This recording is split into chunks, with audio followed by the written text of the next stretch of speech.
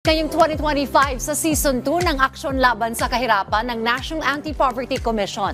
Makakasama po natin tuwing Martes at Huwebes sa Rise and Shine Pilipinas ang iba't ibang kinatawan po ng mga ahensya at lokal na pamahalaan upang pag-usapan ang mga interventions ng gobyerno sa pagpuksa sa kahirapan, kung kaya't sa pangunguna po ng NAPSI at PTV. Sama-sama nating alamin ang mga aksyon laban sa kahirapan.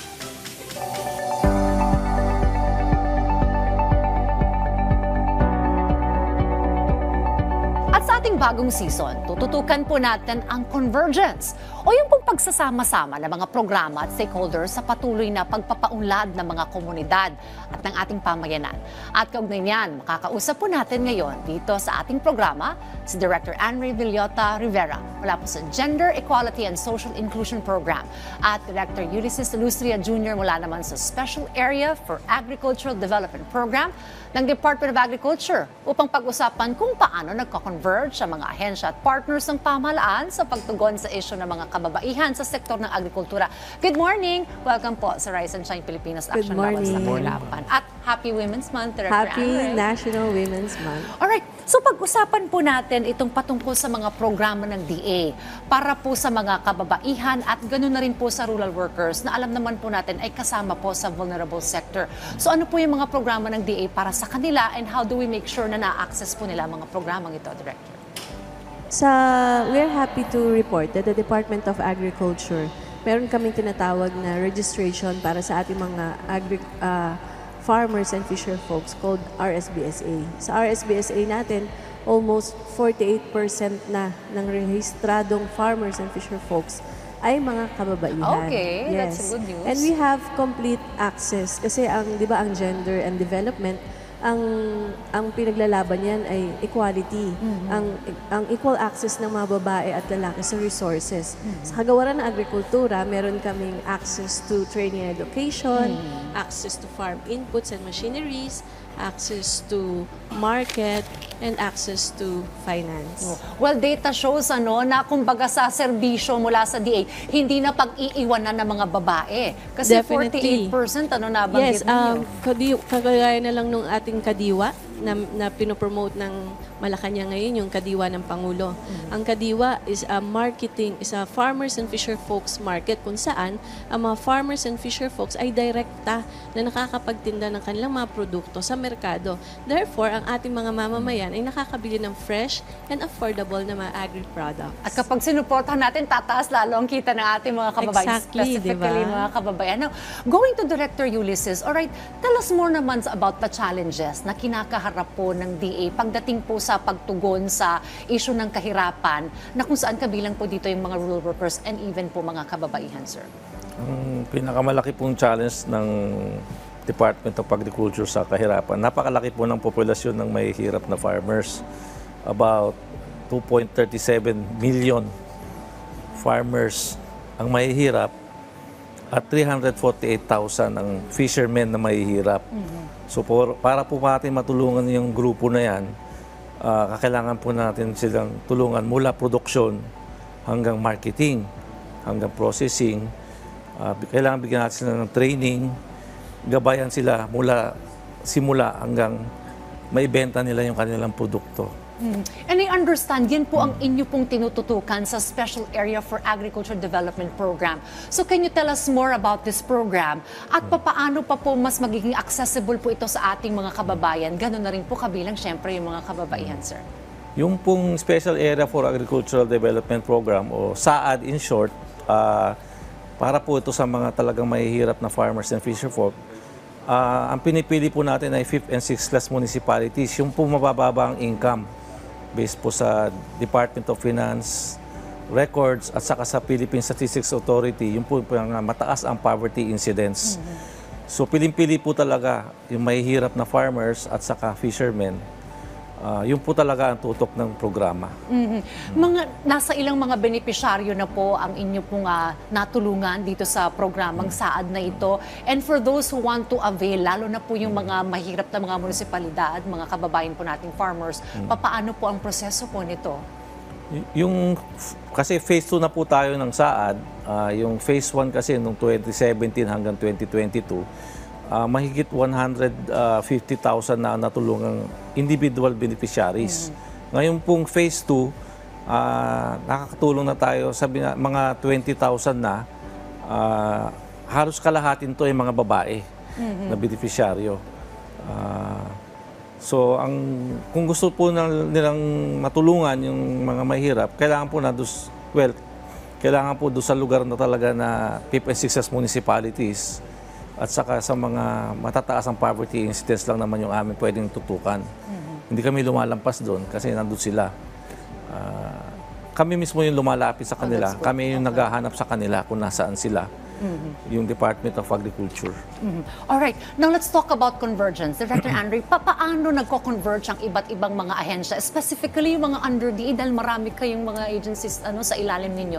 Paano sila nagtutulong-tulungan para mas maramdaman ng ating mga kababayan itong mga programa po ng DA, lalo na po yung mga kababaihan? Yeah, dahil nga ang Department of Agriculture ay napakalaking ahensya ng gobyerno, marami kaming bureaus and attached agencies and also attached corporations. Kaya naman ang ating mahal na Secretary Francisco Tiu Laurel Jr.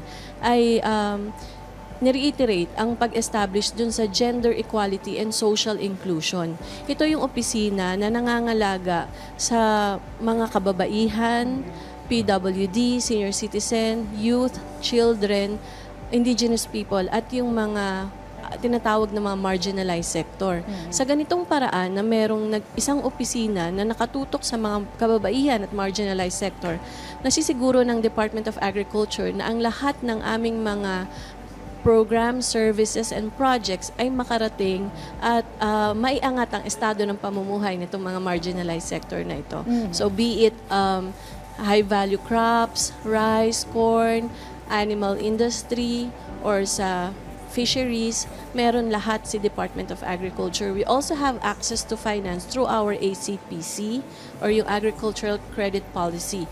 We also have yung insurance natin para sa mga magsasaka through our PCIC, yung Philippine Crop Insurance. I wonder, Director Andre, yung mga local government units natin, paano maaring makipagtulungan sa inyong opisina para po yung mga sektor din na ating pinag-uusapan ngayon ay mas ma-access po itong mga programang ito at maiangat rin po ang kanilang estado ng buhay? Alam nyo, napakaganda po ng samahan between the national government, the Department of Agriculture, and our local government units because we have regional offices sa buong Pilipinas. Sa lahat ng aming mga ahensya, bureaus, and attached agencies, we have regional offices.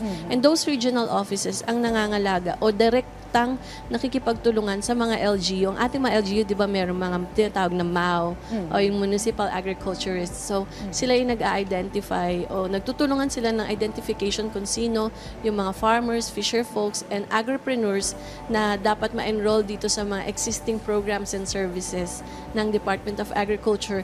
Bukod dun sa binanggit ni Director Ulysses kanina na sa ang aming SAAD program ay siya mismo that the government goes to the people and not the other way around. Alright, now going back to SAAD, sir, ano yung mga iba't ibang mga klase ng mga livelihood programs or mga negosyo na po pwede po nating ibigay doon po sa ating po mga nangangailangan po mga fisher folks and farmers o kabilang po sa vulnerable sector na ito? Ano po yung mga halimbawa na naibigay na po sa kanila, sir?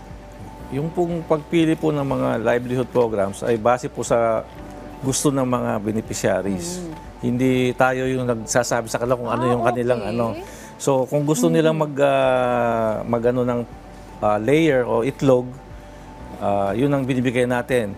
O kaya yung iba gusto kambing, yung iba meron iba baka, yung iba naman tilapia o bangus o piskedya sa dagat o kaya gulay.